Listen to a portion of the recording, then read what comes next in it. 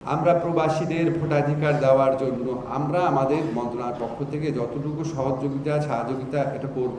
আমাদের যেটা করার দক্ষ শ্রমশক্তি পাঠানো, মধ্যস্বত্বভোগীকে ঠেকানো, রিইন্টিগ্রেশনের ব্যবস্থা করা, সেসব ব্যাপারে কোনো ব্যর্থতা থাকলে আমাদের অবশ্যই বলবেন এবং আমাদের কাছে দাবি করবেন এখানে ব্যর্থ হলেন। কারণ বিদেশে দূতাবাসে আপনাদের প্রচুর হয়রানি হয়। একদম আমার নিজের ছোটোবেলা থেকে বিচিত্র প্রবাস থেকে যখন পড়তাম তখন থেকে জানি যে আমাদের দূতাবাসগুলো প্রত্যাশিত ভূমিকা পালন করতে পারছেন না। আমাদের কিন্তু বেশি দূতাবাসী প্রবাসী কল্যাণে মানুষ নয়, মাত্র 27টা দূতাবাসে আছে এবং সেখানেও একজন করে, কোনো কোনো জায়গায় দুইজন। যে কাজটা প্রধানত পররাষ্ট্র মন্ত্রণালয়ের। তো আপনারা যখন খারাপ ব্যবহার পান আমাদের প্রচণ্ড খারাপ লাগে। আমরা ওইখানে যে আপনার কমপ্লেইন মেকানিজম আছে সেটা ইমপ্রুভ করার চেষ্টা করছি। আমি নিজে যারা প্রবাসী কল্যাণ মন্ত্রণালয় থেকে যারা বিভিন্ন শ্রম অ্যাটাচি হিসাবে বিভিন্ন দূতাবাসে কর্মরত আছেন প্রত্যেকের সাথে কথা বলেছি, কিছু আইডিয়া শেয়ার করেছি, কথা বলেছি অনলাইনে জুম মিটিং করে।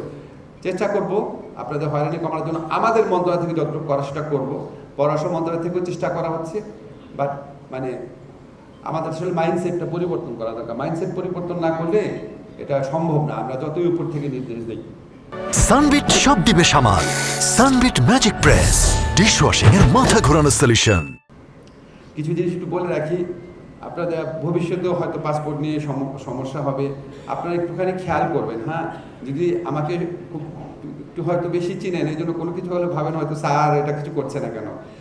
আমার কিছু করার থাকে না, পাসপোর্ট আমার মন্ত্রণালয়ের অধীনে না। আপনারা প্রবাসীরা দেশে এসে যদি বিমানবন্দরে হয়রানির সম্মুখীন হন, এটা আমার মন্ত্রণালয়ের অধীনে না। আপনারা যদি বিদেশে এখানে এসে কোথাও ইনভেস্ট করে প্রতারিত হন, এটা আমার মন্ত্রণালয়ের অধীনে না। আমরা যেটা করতে পারি অন্যান্য মন্ত্রণালয়কে অনুরোধ করতে পারি, পাসপোর্টের ক্ষেত্রে যেমন করেছি, অন্যান্য মন্ত্রণালয়কে অবহিত করতে পারি, বলতে পারি আপনারা এটা করেন প্লিজ, কিন্তু এর বেশি করা যায় না। আমাদের যেটা করার দক্ষ শ্রমশক্তি পাঠানো, মধ্যস্বত্বভোগীকে ঠেকানো, রিইন্টিগ্রেশনের ব্যবস্থা করা, সেসব ব্যাপারে কোনো ব্যর্থতা থাকলে আমাদের অবশ্যই বলবেন এবং আমাদের কাছে দাবি করবেন এখানে ব্যর্থ হলেন কারণ। কিন্তু অন্য মন্ত্রণালয়ের ক্ষেত্রে আমাদের অবহিত করবেন, কিন্তু কেন ব্যর্থ আপনি এটা করার স্কোপ থাকে না, কিন্তু কারণটা আমার সরাসরি কর্তৃত্বাধীন ব্যাপার না, আমাদের মন্ত্রণালয়ের এখতিয়ারাধীন কোনো বিষয় না এটা। তবু আমরা চেষ্টা করব। আপনাদের দীর্ঘদিনের দাবি আছে ভোটাধিকারও কিন্তু এটা মূলত নির্বাচন কমিশনের ব্যাপার। আমরা এই যে আসিফ মাহমুদ বলেছে খুবই সে আন্তরিক প্রবাসীদের ব্যাপারে, ওখানে গেলেই যারা প্রবাসী আছে তার সাথে কথা বলে, তার সাথে আমি জেনেভাতে গিয়েছি, সারাদিন কথা বলতো। এবং আপনারা জানেন যে সাধারণ মানুষ যারা আছে, আন্দোলনের কর্মী আছে, তাদের প্রতি আমাদের এই তরুণ নেতৃত্বের যে অসীম ভালোবাসা আছে।